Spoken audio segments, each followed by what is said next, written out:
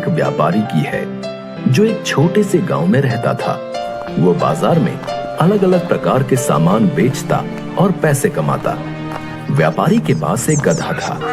वो सामान की बोरी उस पर लादता और बाजार में बेचने जाता। व्यापारी अपने गधे का अच्छे से ख्याल रखता था। वो जानता था कि उसके व्यापार के लिए उसका गधा बेहद जरूरी है। वो उसे बहुत बढ़िया खाना देता था। गधा जवान और शक्तिशाली था। वो ढेर सारी बोरियां लेकर बाजार चलता था, लेकिन गधा कुछ आलसी भी था और उसे काम करना पसंद नहीं था।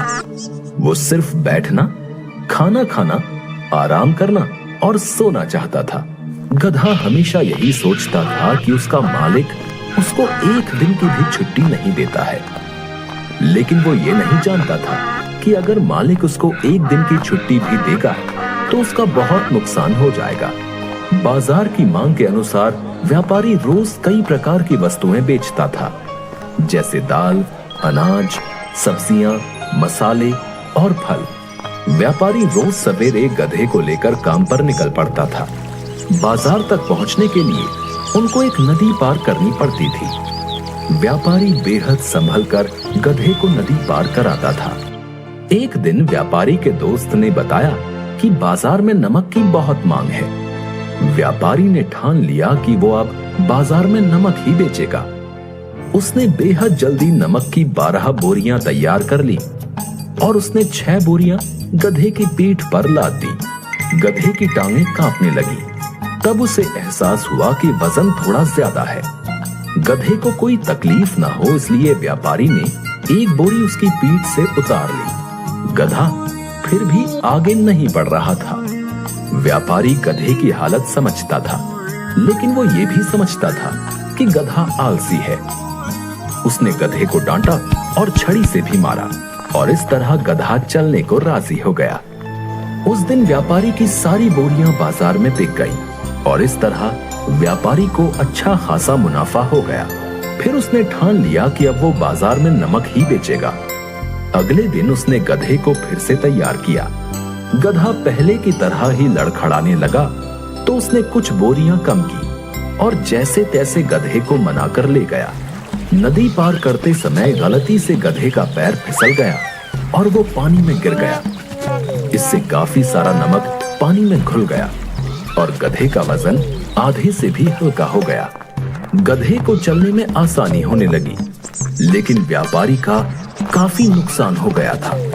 अगले दिन जब नमक की बोरियां लादकर व्यापारी गधे के साथ नदी पार कर रहा था, तो गधे ने सोचा कि कल जब मैं नदी में फिसला था तो वजन कम हो गया था।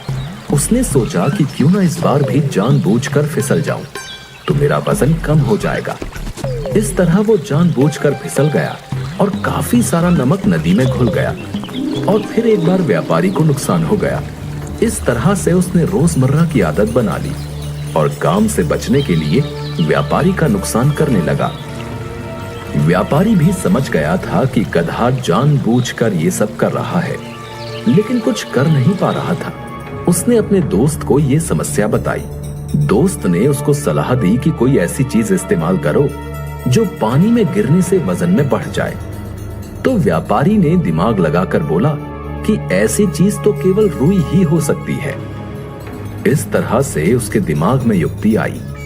अगले दिन उसने रुई की कुछ बोरियां ली और गधे पर लाद दी और उसके साथ चल पड़ा।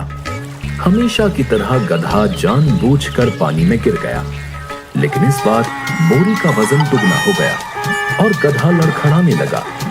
गधे को आश्चर्य हुआ कि इतना वजन कैसे बढ़ गया। वो फिर चल दिया। अगले दिन फिर यही दोहराया गया।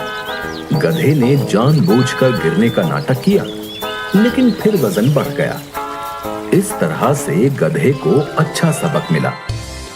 व्यापारी ने सोच लिया कि अब गधा समझ चुका है कि उसके पानी में गिरने से उसी का बुरा होगा, तो उसने अगले दिन से फिर नमक की बोरियां ले जानी शुरू कर दी। लेकिन इस बार गधा गलती से भी गिरने की नहीं सोचता था।